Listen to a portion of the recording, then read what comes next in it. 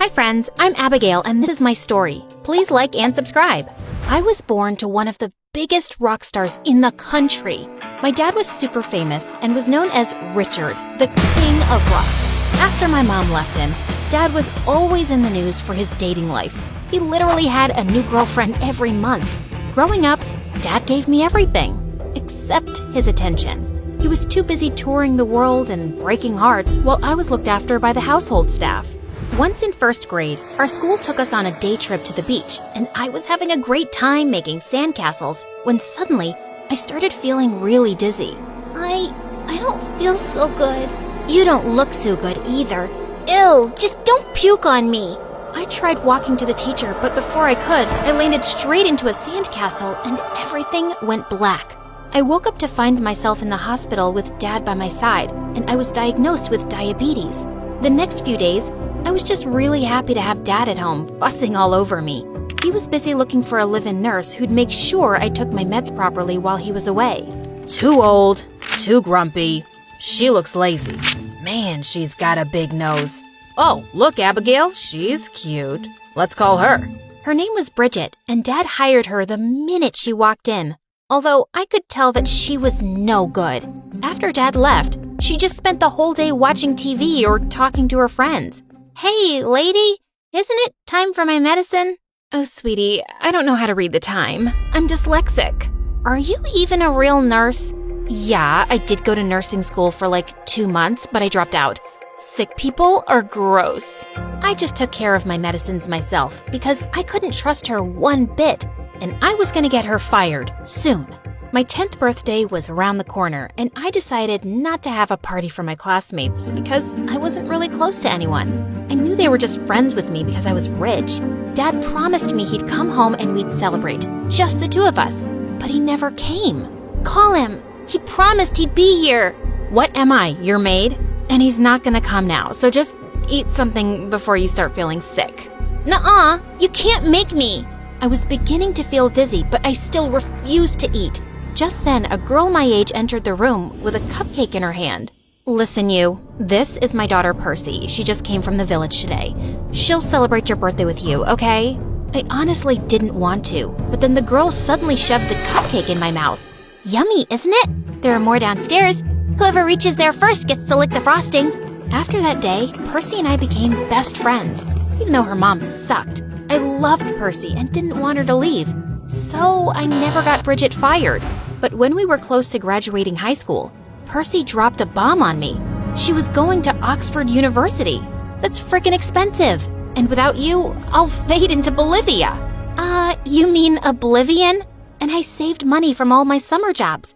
Plus, I got a student loan. Can you imagine?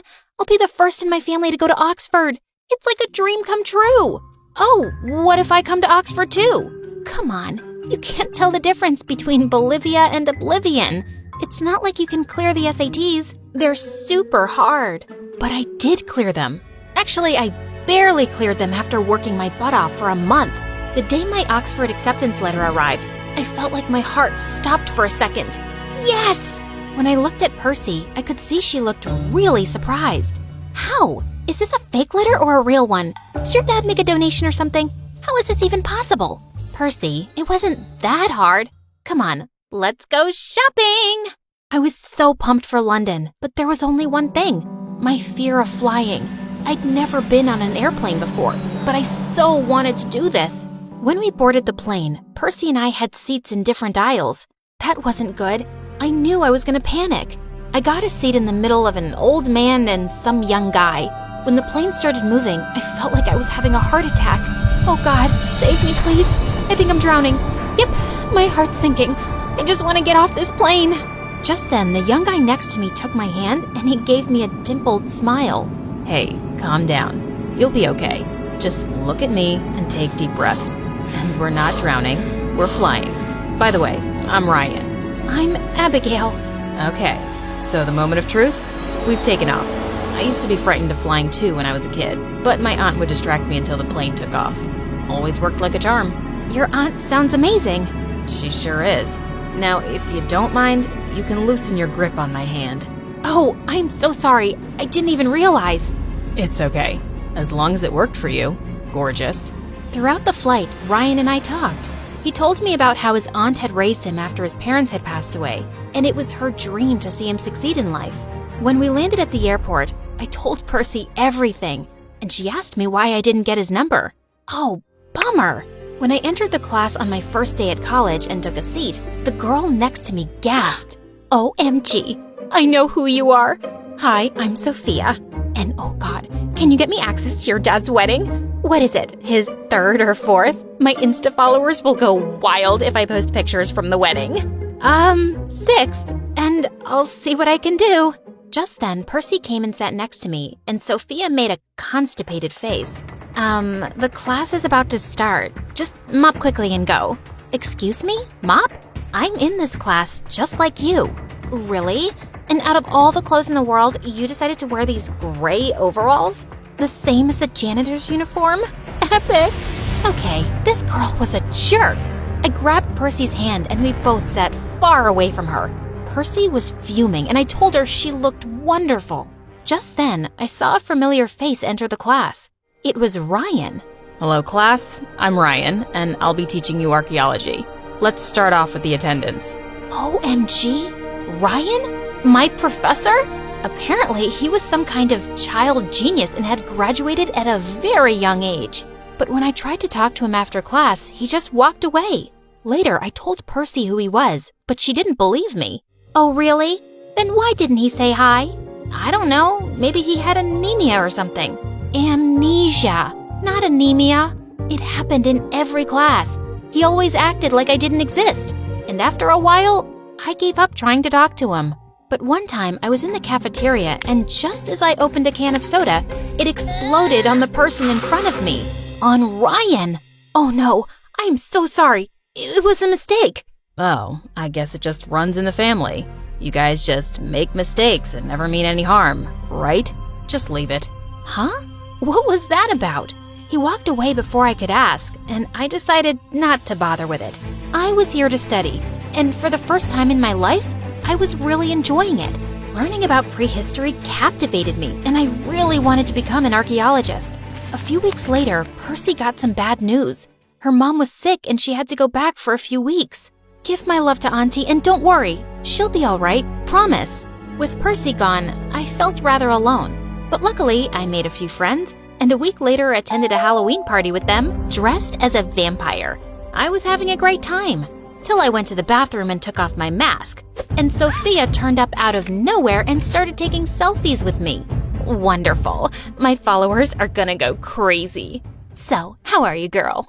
Worse than I was a minute ago, because you're here now. Whoa, snappy. Is it because I showed your friend the mirror?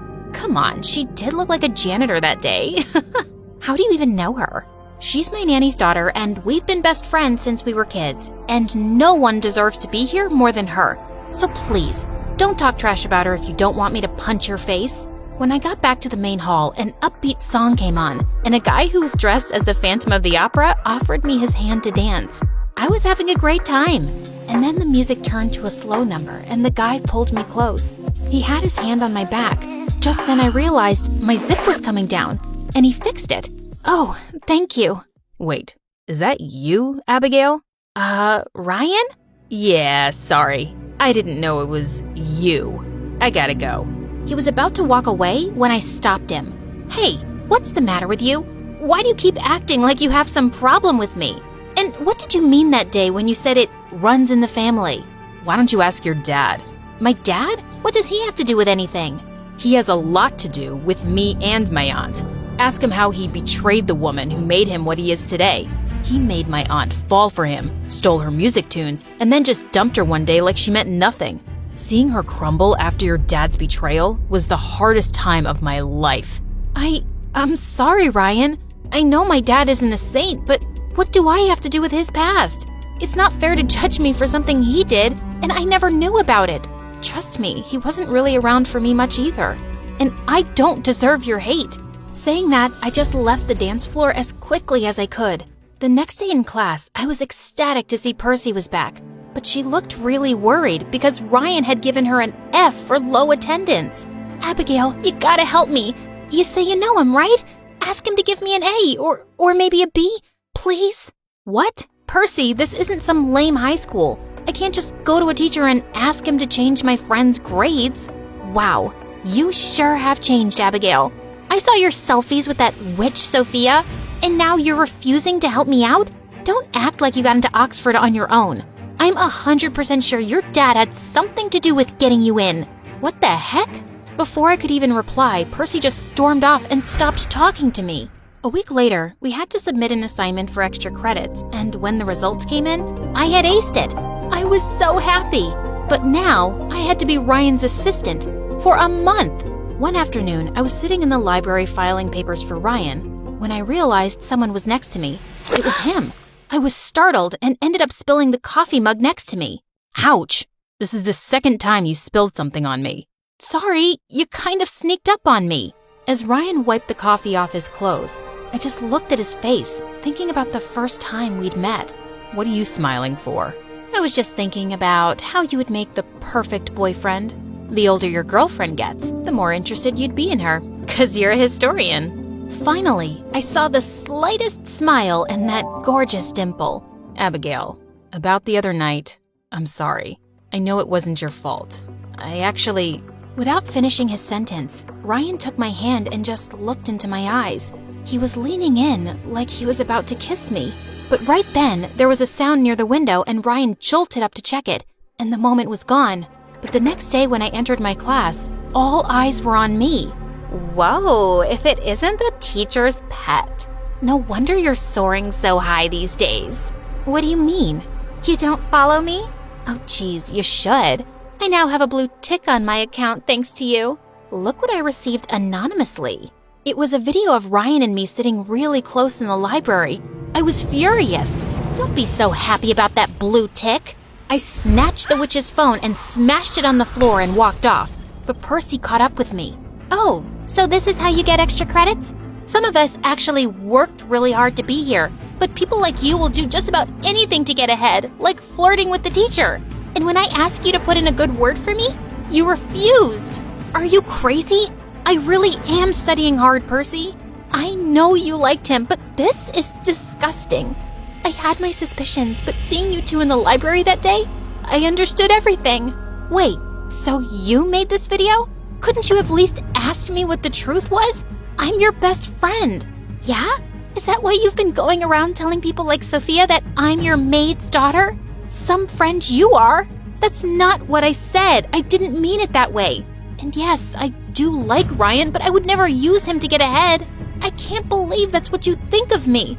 I'm done. With you, with Ryan, this Oxford dream, all of it.